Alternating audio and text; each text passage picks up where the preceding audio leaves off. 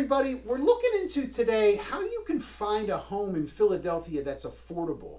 Now, there are a few ways depending on your situation. So here are some of the ways to find houses. Also, we'll talk about the details of each situation. So some of the routes you can go are simply finding a home that's for sale in your price range, right? Duh.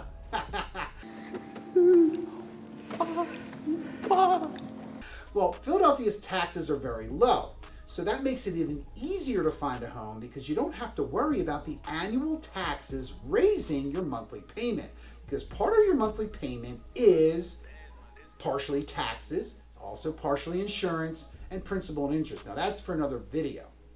Your best bet for this method is to connect yourself with a realtor that you trust and have them set you up on an MLS search. That's the multiple listing service. So if you stay in contact with them and the agent is responsive, you can view and make offers on properties in the areas and price ranges that'll work for you. Alternatively, or is it alternatively? I don't know. Anyway, another way to think about it is if you see a for sale by owner, you can contact the owner or get a hold of your realtor and try to get a showing. And if you like the property, your agent can negotiate an agreement of sale. So either way, having representation as a buyer only helps your situation. A lot of for sale by owners do offer to pay your agent a commission as well. And a lot of agents can earn their commission because they do bring a lot of value, so you really wouldn't mind paying them, would you? Anyway, buyers typically do not pay a commission, and a good agent will do everything in their power to get you the best deal possible. All right, so another option for lower income Philadelphians is to apply for public housing. The wait list for conventional Philadelphia Housing Authority, PHA, public housing is closed right now. The wait list for PHA public housing for seniors and people with disabilities is open. The wait list, shouldn't say the wait list is closed per se. The funds are closed, but the wait list is always open. That's for any of the programs. So the wait lists for non-PHA public housing are open as well. So how do you apply for public housing? Now you could apply by phone. You can call the PHA, the Philadelphia Housing Authority. We got 215-684-4000. Mention my name and they probably won't know who you're talking about. But the main types of subsidized housing are HUD. That's project-based housing, rent based on your income. We got low-income housing, tax credit housing, the rent based on the Philadelphia median income. Also got public housing, rent based on your income, Section 8 housing. That's the Housing Choice Voucher Program. It's the rent also based on your income. So you can go to phillytenant.org for more information.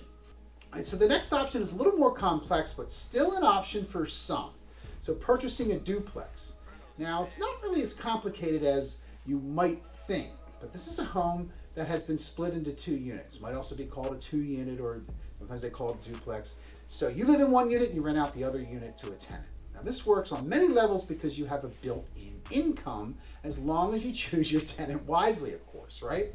And they help pay for your mortgage payment. The lender will also include that rental income as part of your income. Now, with that being said, you will still need to qualify for the loan that covers the price of the property, and you will have to deal with tenants living with you. If you aren't pre-approved for a mortgage, this is absolutely the best first step when you decide to purchase a home. So there never should be any obligation, of course, but getting pre-approved, call our friends at North Star Mortgage. Now, there's never a cost or obligation with any lender, and if someone wants to charge you to get pre-approved, turn the other way. We are gathering information. So calling North Star, they've helped many of our clients and give you the absolute best rate around, the absolute best deal around, but they'll also get the job done, which sometimes you might want to pay a premium for, which you won't with North Star. But so being pre-approved not only speeds up things for when you do find the home you love, but it also tells you the actual amount you can get. So how much money can I afford? You might be surprised how much money they will loan you. So you're not out there shopping out of your price range. You don't fall in love with a house that you can't afford or don't want to afford. You want to understand how much they're going to loan you and how much money that's going to cost you this much or each month. So in this market, and time being able to jump on a property is everything. So our next option here up, we got may sound like the most attractive, but sometimes may end up as a disaster. So it depends on the team that you have in place. Buying that fixer-upper home and working on it as you live in it. All right, so don't get me wrong here. Some people can do this and do it very well. A lot of people don't have the patience, the time, the bandwidth to live in their home and live in a construction site and come home and work on a project every day or every week. Even after the fact, you still need the skills to be able to how to do that yourself. So now, of course, YouTube is a wonderful thing. Thanks, YouTube, and the internet. So if you see it on the internet, you know it must be true.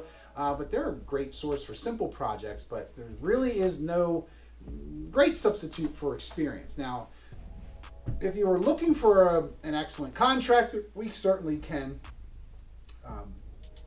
suggest one to you. So is it your wallet or your watch, right? It's either sweat equity or forking over the cash to have a contractor. The contractor will come in and do all the work that needs to be done. So if you are handy and have the patience, this may work for you. If you are neither of those, seriously consider purchasing a home that doesn't need major repairs. Now, we're not talking about finishes and making the home the way that you want it, but we're talking about major renovations here. So next option up is moving outside of the desired area. Find a less desired area tends to drop the price in homes. And if it is your first home, it's maybe not your forever home, but you may have the equity you need to go get the home of your dreams after you've lived in your first home for maybe some time. So maybe just not in the neighborhood you wanted, but close to, or a little further off, or a little further down, or off the beaten path. So after you've lived there for a while, you build up some equity, you pay down your principal, you consider selling or pulling equity out and moving closer to the home that you really wanted. Or you can consider renting the home that you currently have. All right, well, I hope you found this video helpful. If you did, let me know. If you didn't, let me know that too. Hit a comment there. While you're hitting things, hit subscribe, hit like, hit that bell notification. We put out a ton of epic content here and living in Philadelphia, investing in Philadelphia, and I hope you found this video useful. Gregory Martire, your local real estate expert here in the greater Philadelphia area. Have a great day, everybody.